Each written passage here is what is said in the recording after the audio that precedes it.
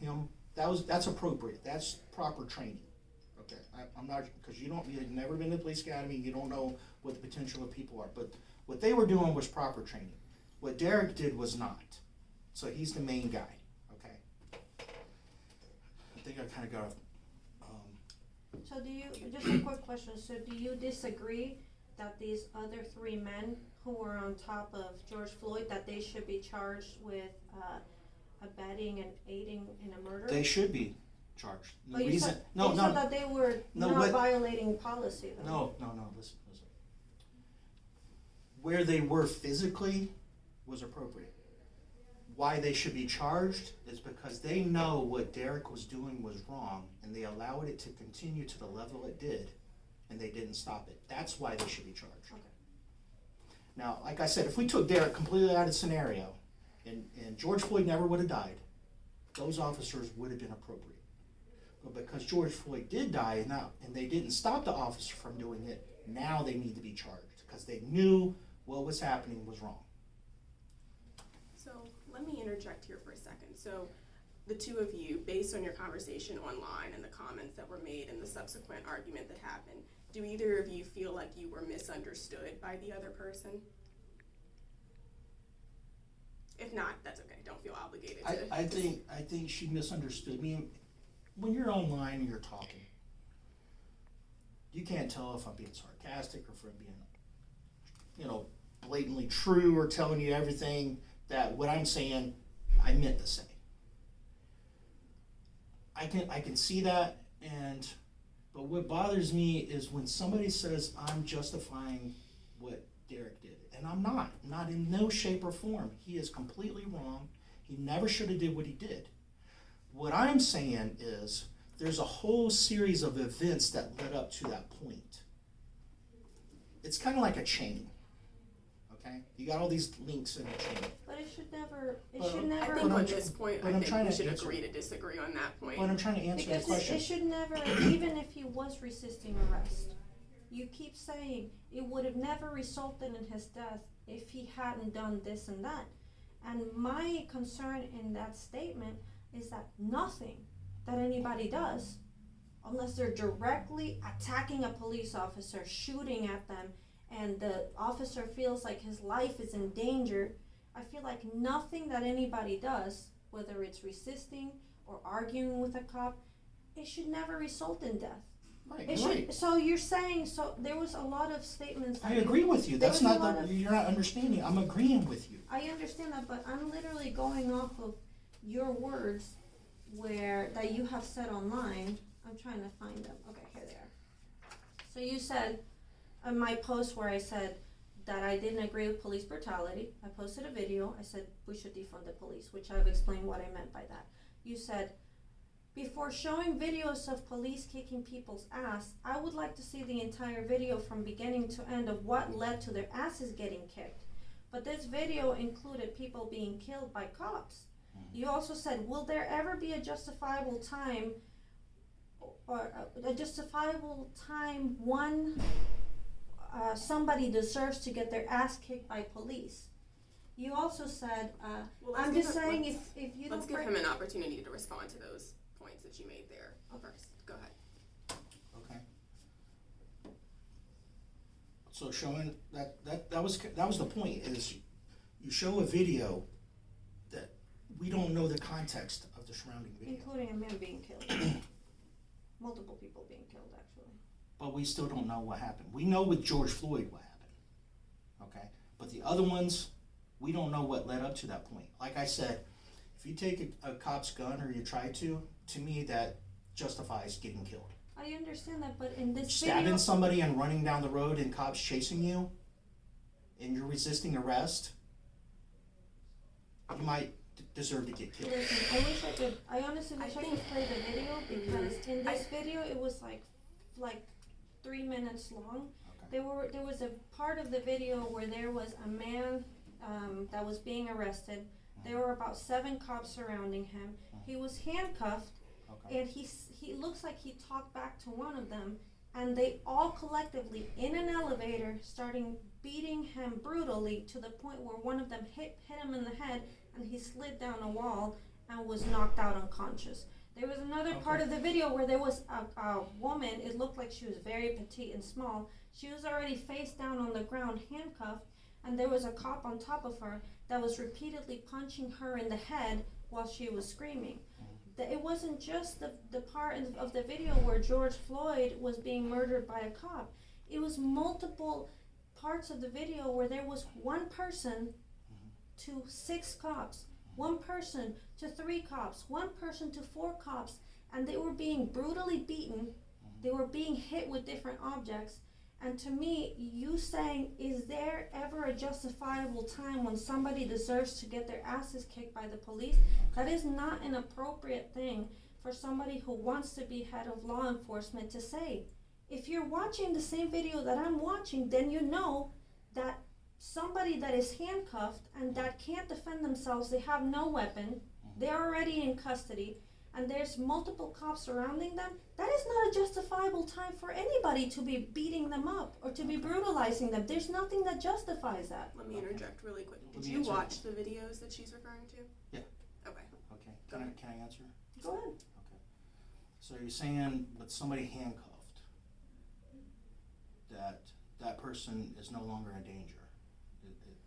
Is that what you're saying? When there is 5 cops. No, just 3 that cops. question alone. I'm putting it in context because I this is the understand, video that but we're we'll talking get to the about. context in a second. I just want to ask the question, because you brought up being handcuffed.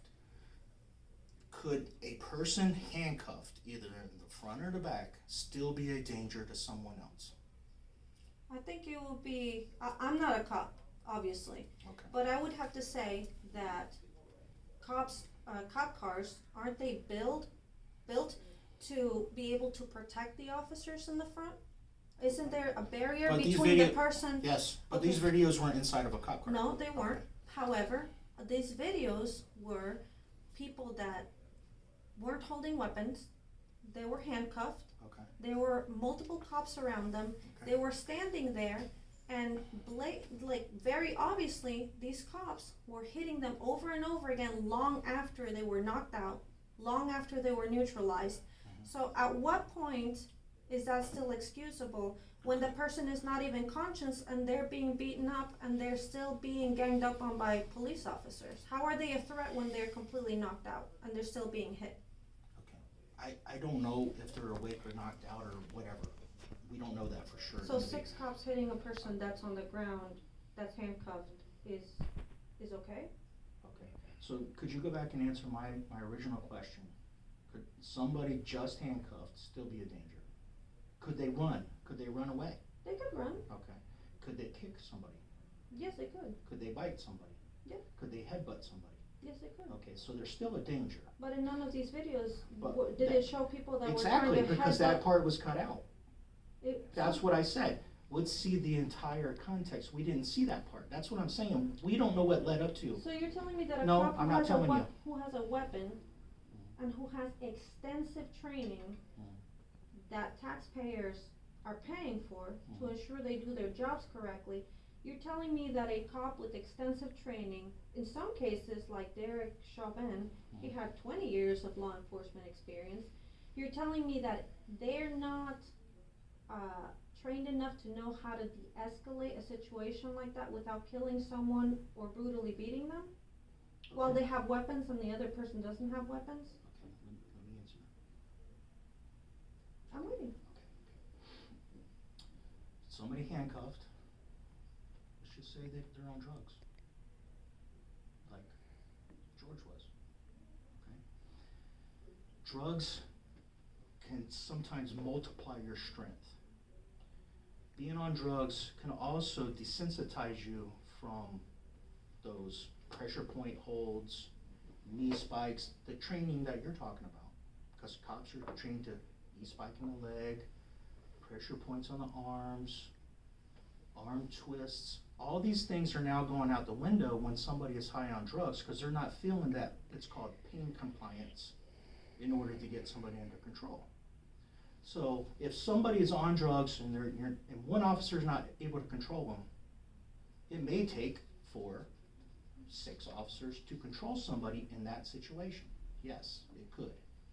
I think, so if I can interject here, you're talking about control. Gineska's referring to brutality and beating and hitting and. Yeah, that's her words, yes. Right, but that is what we see in some of those videos. Can Exactly. you address that piece of the question? Yes. So I think I did, control, I think I yes. kinda did, because So we're control, not yes, seeing but brutality. the entire point that led up to it.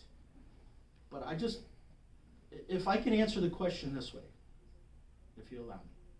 I'm listening.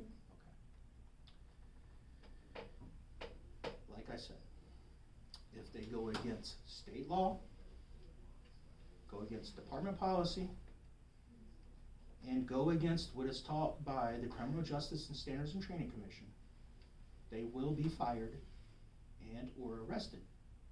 Because all these guidelines determine on what level of force these officers are to use.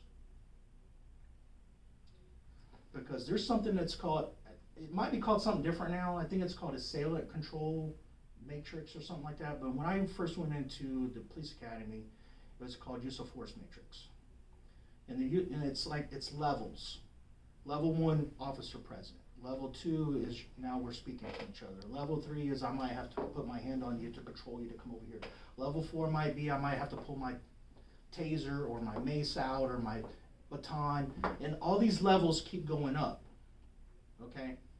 Now what most people don't realize is when a bad guy's level and an officer's level meet each other equally, the officer will never get control if you're meeting equally. So the state of Florida and the training and everything else allows the officer to go one level above, just one level. You can't jump up 14 levels, but just one level above in order to take control over that bad guy. But we're seeing. But the I'm trying to answer, incidents- I'm trying to Give answer, him a second. Yeah, let him answer real quick. I'm trying to answer that if they go against that rule that says you're allowed to go one level, if they go 2 levels, they're now in violation. Okay? So as long as they followed state law, department policy, and the training that they're to receive, then they're not in violation. But if they go against it, they will be fired and or arrested. That's all I can say. And on that point, and you know, we have two different perspectives here, and we could kind of talk in circles on that point for a while. But for each of you, walking away from this table, what do you want the other person to understand about you and your perspective, as seen online, but also from what we've talked about today? Well, I honestly, I never entered any sort of debate with Michael Ray in order to, just for the sake of having a debate. It was never just to argue. It was because a lot of the people in Lee County and obviously nationally are very concerned about the issue of police brutality. In some articles are calling it an epidemic of police brutality. And whenever I see you post things like articles that say the epidemic of police brutality is not real, it doesn't exist because most cops are good, but we're seeing more and more incidents of police brutality where people end up severely injured or having their civil rights violated, or they end up dead. And for me, it's concerning that somebody that is running for head of law enforcement does not seem to think that police brutality is a problem. And therefore, if he doesn't think it's a problem, then he can't properly address something he doesn't think that exists. So what I would like to have you take away from all of this is that the reason why people are sitting here debating with you or trying to argue with you in a sense is because we don't want people as head of law enforcement who continue to brush these issues under the rug or continue to excuse this behavior whenever they're made aware of it. We want change in our community, and it starts with local government, and it starts with local leaders in our community, including sheriff's office. Right. So we just want everybody who's running for sheriff's office to understand that these are problems that need to be addressed and they need to be dealt with so that it doesn't continue to happen, and if it does happen, that we can trust them to be able to do the right thing and hold the officers accountable so that people do feel safe and they do feel like they have a peaceful relationship with law enforcement in the community as well. What do you want Gineska to understand walking away from this? Well, I want you to understand that in no way, shape, or form was the officer justified in what he did. I do not condone that at all. Okay? I also want you to understand that I knew this was a problem a year ago when I entered into the sheriff's race. I entered back in July, coming up on a year now. And my platform from the very beginning, and I have documentation of this, that I wanted to implement the life coaching from day one. I'm not saying this because of what happened now. I'm saying this a year ago, way before this happened, because I knew these were trends that were going up. I could see the perception of the community to law enforcement, and I don't like that perception, because I was in law enforcement, and I was putting it into that group of being a bad cop because of a few other bad cops, and I wasn't. Because of that trend, I want to eliminate it with the training that I want to do, with the life coaching. To make sure officers know how to approach, talk to people, look at them as a human being. So this is nothing new that I've come up with, okay? But to expand, and these are just things that are coming up now. A year ago, I didn't think about the polygraph, the questions I want to ask. Now that is something new to ask, whether or not you're racist, or you make judgments based on race and so on. So that is something new that I've come up with, okay? But to also include, I don't know if it's okay if I go kind of off the topic of what we're here, but it's still things that I want to do as sheriff, if you allow me to add that into that, okay? With the jail system, the prison system, we can probably all agree that punishment alone is not working. It's not. Okay, we need rehabilitation, right?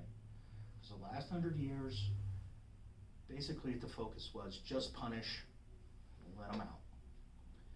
But what happens in these jails and the prison, they could have been a good person that just made a bad decision and went to jail. But now that they're in jail, they're thinking, well, I'm never going to get to be anything now, so I'm going to learn how to be a criminal in the jail. So they get out, they commit crimes, now they're back to jail, and it's just recidivism over and over. So not only do I want the deputies and corrections officers to get certified as life coaches, but I want to have a life coaching program in the jail for the inmates, so they come out better, not worse. So we're not just focusing on punishment.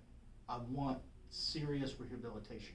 Now there is programs in the jail, but with these programs they may focus on trying to get a GED or maybe learn some kind of trade or something, but what happens with those is only a select few people are allowed because they fit a certain criteria, right? And to me that's not fair.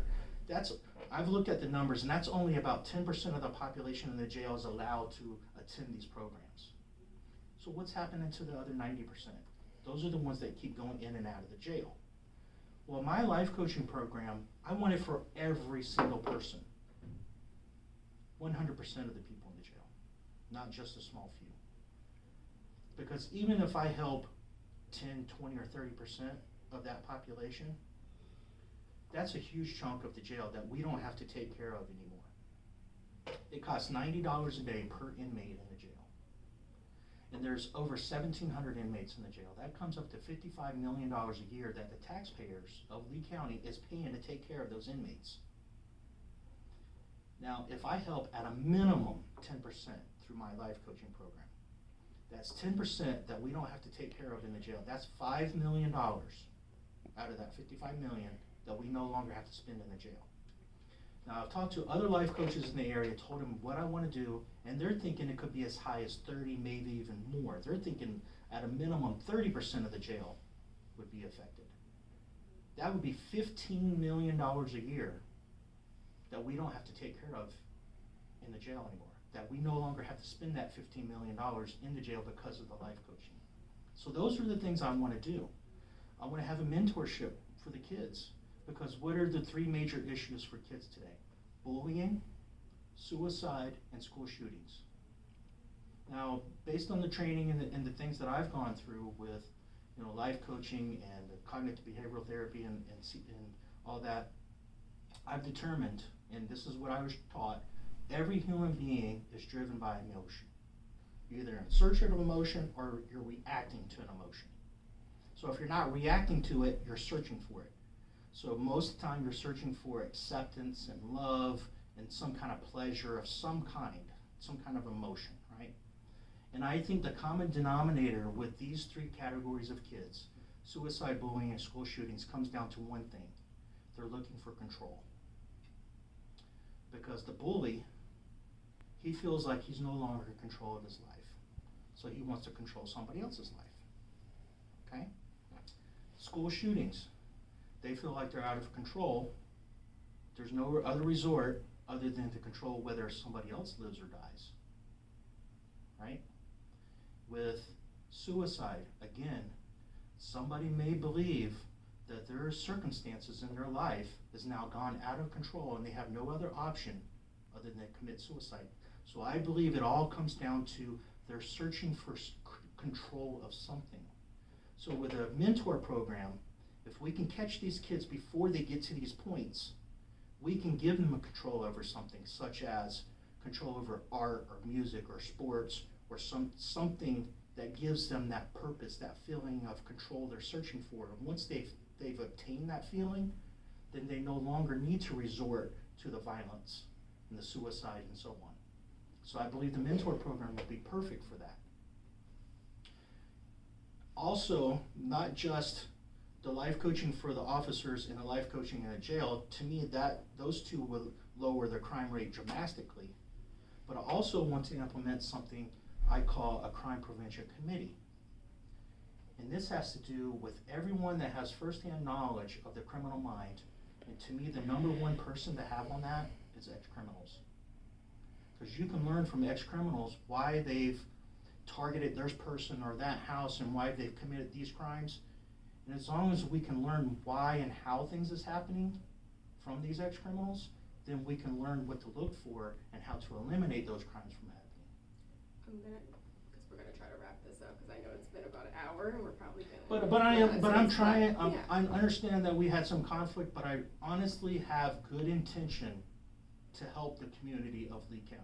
No, and honestly, like, part of the reason why I even opened dialogue with you to begin with was because I felt like there were a lot of things that you include in your platform that I support. I highly support mentorship. I highly support a lot of the things that you're trying to implement in the community, and that's why I felt like you will be somebody that will be good for Lee County Sheriff, because it wasn't a normal thing that we hear.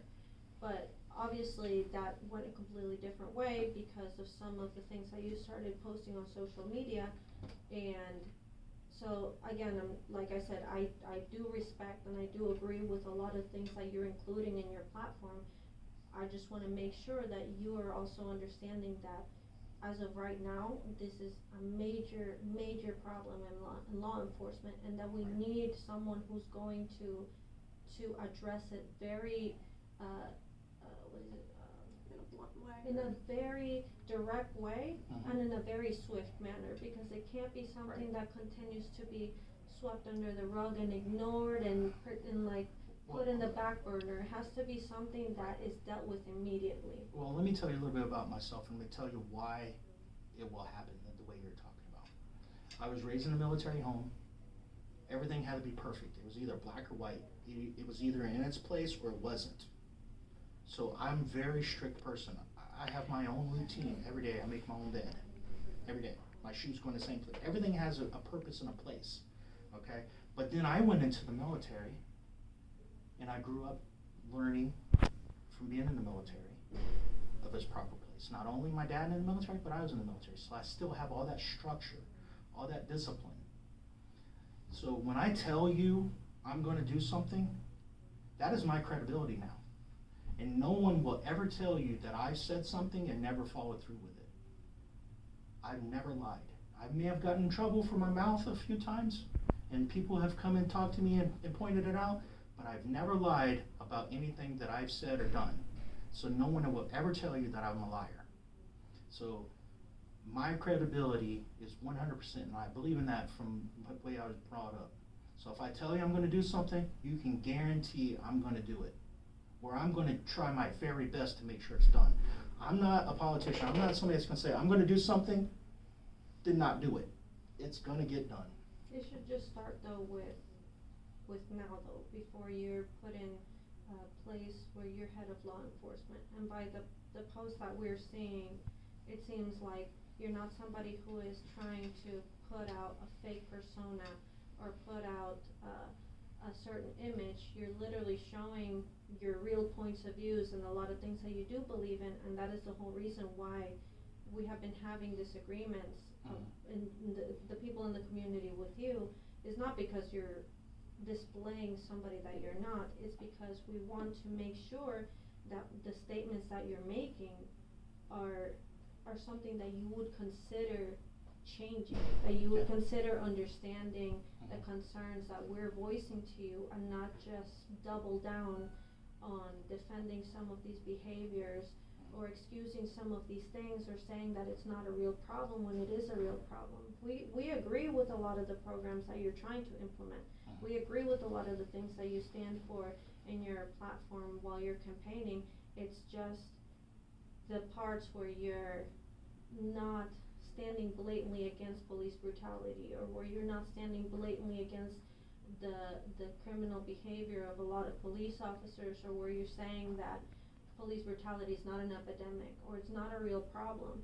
Those are the parts that we want to make sure that you are that you can be open to changing some of your views on that, because we can't put somebody in leadership that is not going to serve our community in the way that we need, you know? Well, I'm open-minded.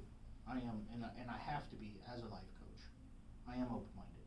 So if you can show me your point of view, I'm more than willing to accept it as long as I agree with it. But I want you to understand, just because I don't agree with you, that don't mean I'm against you, or I hate you, or I'm racist, or whatever. We just have different points of view. Like you said, But you're not in law enforcement, but I was, so I have that different point of view. Something Well, like let's stop police there for a minute. brutality isn't a difference of opinion, it's a fact. Somebody's either breaking the law, brutalizing and murdering people as a cop, or they're not. That's not an opinion, that's literally a actual thing that happens, and you can't be of the opinion that that's not real whenever you're being given real evidence that this is something that is a real problem. And I think that If I don't- that point is the one that we keep kind of going in circles Yeah. on, because from what you're saying it's black and white, and Coach right here is saying that we don't know the in-betweens, the ins and outs of what's happening. And that's a point that I don't think we're gonna come to terms on. And that's okay. We can agree to disagree on some points of view, not an issue, a human rights issue, but on some points of view on what's going on. And I don't think we're disagreeing on the fact that it is a human rights issue. You said that it was wrong, what happened to George Floyd, and you are agreeing on that point. It's just some of the other parts that are a little bit more murky. And so even though we have to agree to disagree on that point, do you all feel like you understand each other a little bit more now, having come to the table and discussed this rather just on social media? I understand your point of view. That don't mean I agree with it, I just understand your point of view. What about you, Gineska? I mean, I feel like I can understand some of his things that he feels passionate about in regards to his campaign or things that he plans on implementing. I don't think that the takeaway from this is that we agree with each other, obviously, but at least we can learn to be more open-minded and consider where the other person's coming from, so that we can communicate in a better way in the future. And I think that's a good point to leave off on. And I want to thank you guys for both being here. I know it got heated at some moments, but everybody stayed at the table and we talked through some really important topics. And I hope that you guys gained something from this. I was really enlightened by listening to both of you guys' point of views. And I really hope that this turns into something that can encourage people with different points of views to do stuff like this instead of arguing and bickering. Well, I appreciate you giving me the opportunity to explain